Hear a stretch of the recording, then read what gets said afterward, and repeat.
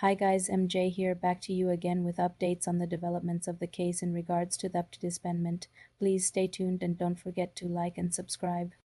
Much like the Director of Public Prosecutions DPP for KwaZulu-Natal KZN, Advocate Elaine Harrison, Deputy Police Minister Castle Mathel said he learned about the disbandment of the Political Killings Task Team PKTT on social media.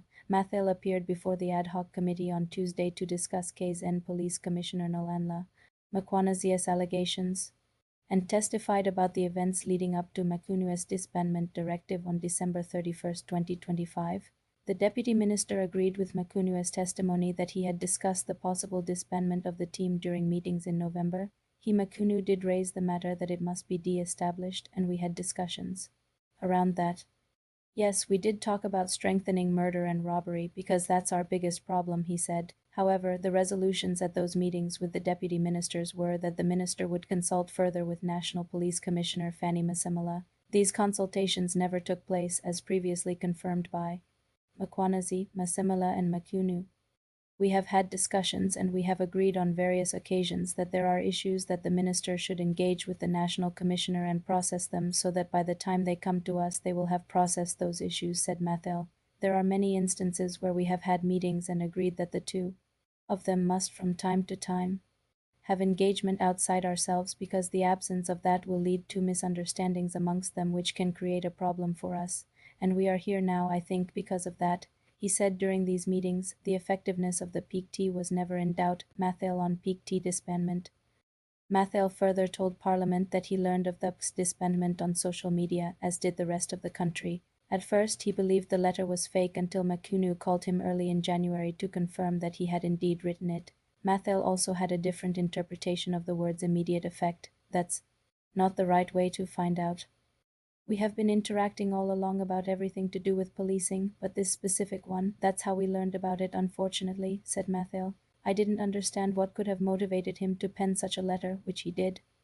I saw it and I read it, and I had a problem because the way it was written, it was very difficult to comprehend how that is going to be realized, the content of the letter, because it was saying that the PKTT is disbanded with immediate effect, and that a close-up report must be submitted or a plan by 20 January, and then a close-up report by the end of the month. If something is immediate, it's immediate, it is disbanded, and then I need reports on this and that date. It is problematic. The only time that he spoke to me was after the letter was out, and he was saying, yes, I've penned the letter, don't be surprised. He didn't consult. The only time that he spoke to me was after the letter was out. Mkhwenu angry. The PKTT was never immediately disbanded, however, as it still exists. In fact, the team took on another case, which Masemola testified made Mkhwenu very angry. One of the meetings in March was allegedly abruptly ended after Mkhwenu expressed his anger over the additional case the team had taken on, contrary to his directive. What made him angry was that in the proposed plan somewhere we said the PKTT is not going to take further cases, and when you look at the figures you could see that there is an increase in the work of the PKTT because they did take over a case of Mondeni, said Masemola. The minister was angry about that. It was quite strange. It was the first time in my career to see a minister angry that police have done a good job, because here police have arrested somebody who is linked to the killing of a councillor, and he was angry that they took over this target. They didn't make the arrest, although Mathel did not prefer to use the words very angry to describe Mkhwenu's reaction to the additional work. He did concede that the minister was dissatisfied. He was dissatisfied. Yes, he said. That is all for now. We'll be sure to keep you updated as the case unfolds. Please like and subscribe. Cheers.